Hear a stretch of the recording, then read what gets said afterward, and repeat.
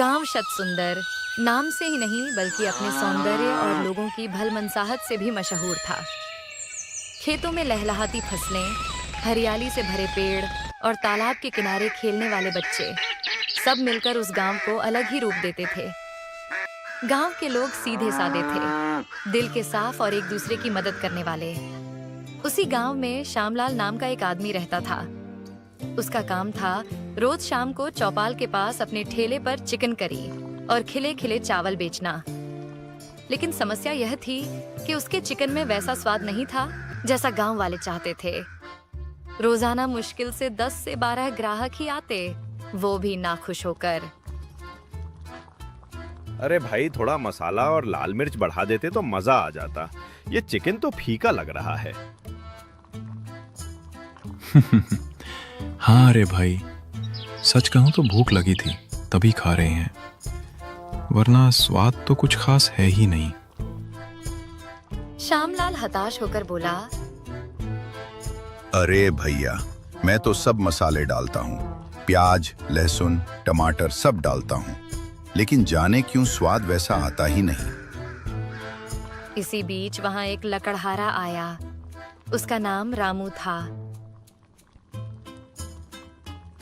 अरे भाई, कल जो तुमने चिकन करी दी थी उसकी तो बात ही निराली थी। चिकन रसदार, झन्नाटेदार और चावल इतने खिले खिले कि मजा आ गया। सच कहूं तो उंगलियां चाट गया मैं। इतना सुनते ही बाकी ग्राहक चौंक पड़े। अरे भाई, झूठ क्यों बोल रहा है? हम सबने भी तो खाया था कल, कुछ खास टेस्ट तो था ही नहीं। क्यों रे, तू कहीं इसका रिश्तेदार तो नहीं है जो ऐसी झूठी तारीफ कर रहा है? रामू ने गंभीर स्वर में जवाब दिया, नहीं भाई, मैं सच कह रहा हूं। मेरे लिए तो कल का चिकन बहुत स्वादिष्ट था। शायद तुम लोगों की जीभ को पहचान नहीं रही। छोड़ो यार, ये तो पक्का दोस्ती निभा रहा है। अच्छा भाई, 1 प्लेट चिकन करी और चावल मेरे लिए भी पैक कर दो। ये मेरा मिट्टी का मटका है, इसमें डाल दो। जंगल जाते हुए आराम से खा लूंगा।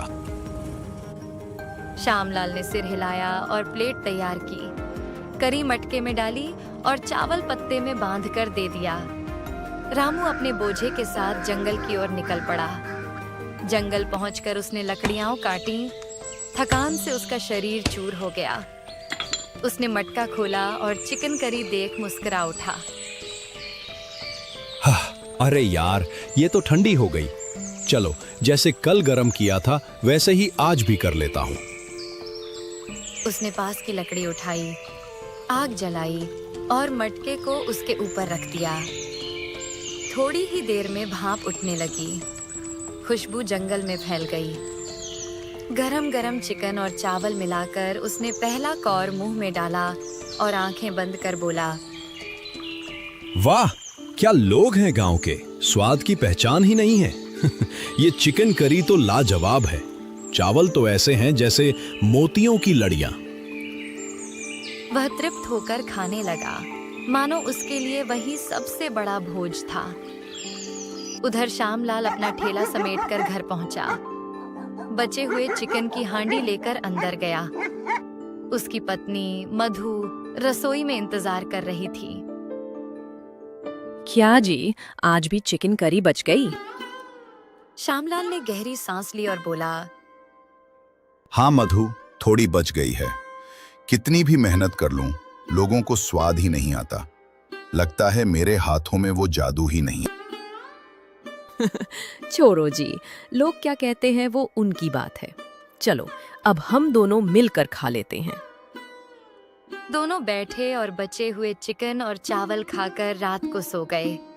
लेकिन उस रात भी श्यामलाल यही सोचता रह गया, क्यों मेरे चिकन में वो स्वाद नहीं जो लोगों को बांध ले।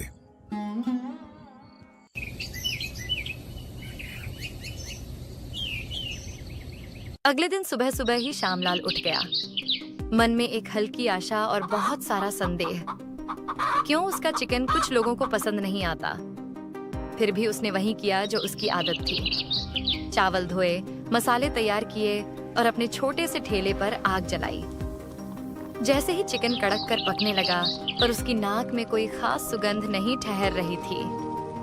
स्वाद में कुछ कमी थी, पर श्यामलाल ने ठाना कि आज कोई विलक्षण ग्राहक आएगा और उसकी हिम्मत लौटेगी।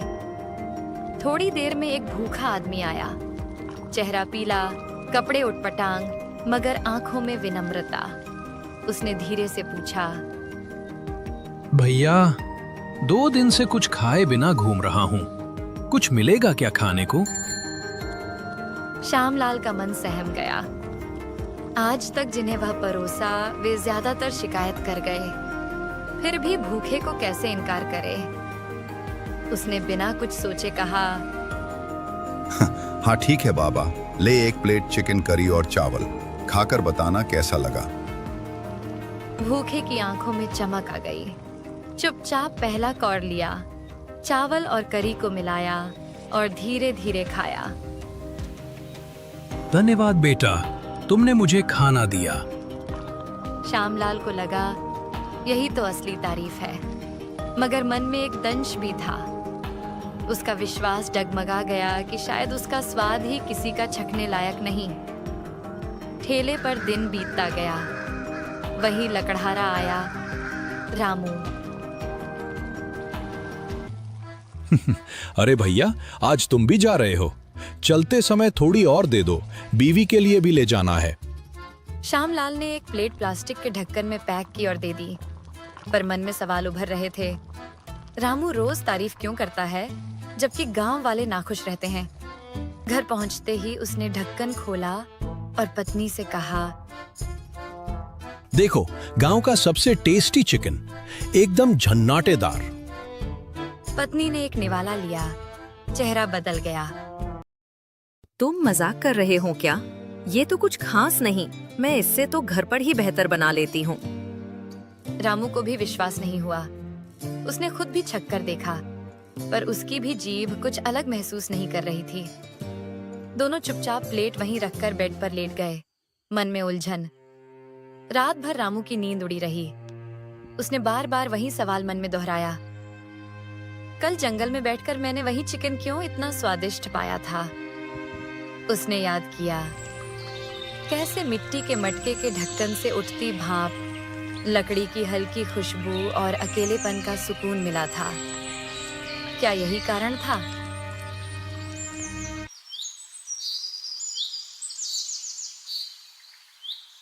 सुबह सुबह रामू लकड़ियां बांधने निकल पड़ा, मगर उसके दिमाग में कल रात की वही उलझन घूम रही थी। जंगल में गरम किया हुआ चिकन ही क्यों लाजवाब लगा?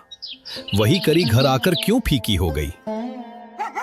चलते चलते उसे ख्याल आया, शायद वजह चिकन नहीं, वो मिट्टी का बर्तन और लकड़ी की आंच ही है। वही तो खुशबू और स्वाद भर देती है। सोचते सोचते वह श्यामलाल के ठेले तक पहुंच गया। ठेले पर उस वक्त कोई ग्राहक नहीं था। श्यामलाल आलस से कड़ाही हिलाता बैठा था। रामू ने सीधे कहा, भाई, मुझे लगता है राज मिल गया है। जब मैं तुम्हारा चिकन जंगल में ले जाकर मिट्टी के मटके में गरम करता हूं और लकड़ी पर रखता हूं, तभी उसमें स्वाद भर जाता है। श्यामलाल ने निराश होकर सिर हिलाया। अरे भैया, ये सब तुम्हारा वहम है। असलियत ये है कि मेरे हाथ में स्वाद ही नहीं है, वरना ग्राहक क्यों ना भागते आते। रामू ने मुस्कुराकर उसकी आंखों में देखा। नहीं भाई, मैं सच कह रहा हूं। कल शाम को भी जब मैं सीधा तुम्हारे ठेले से करी ले गया और वैसे ही खाया, तब उसमें कुछ मजा नहीं आया। पर जंगल में मिट्टी की हांडी में गरम किया तो जीभ पर जादू उतर आया। श्यामलाल ठिठक गया। क्या सचमुच ऐसा हो सकता है? हाँ, बिल्कुल। लकड़ी की आंच, मिट्टी के बर्तन की खुशबू, यही तो असली स्वाद बनाते हैं। तुम कल वही मसाले डालकर देखो, बस इस बार चिकन को मिट्टी के बर्तन में पकाना, फिर देखना कमाल। श्यामलाल सोच में पड़ गया। आंखें चमक उठीं, जैसे अंधेरे में अचानक दीपक जल गया हो। ठीक है भाई, अगर तेरा कहना सही निकला तो शायद मेरी किस्मत ही बदल जाए। किस्मत नहीं भाई, तेरी मेहनत और मिट्टी की खुशबू बदलेगी सब कुछ। अगली सुबह श्यामलाल ने जैसे ही आंख खोली, उसके मन में नई उमंग थी। आज वह पहला दिन था जब वह रामू के बताए तरीके को आजमाने जा रहा था।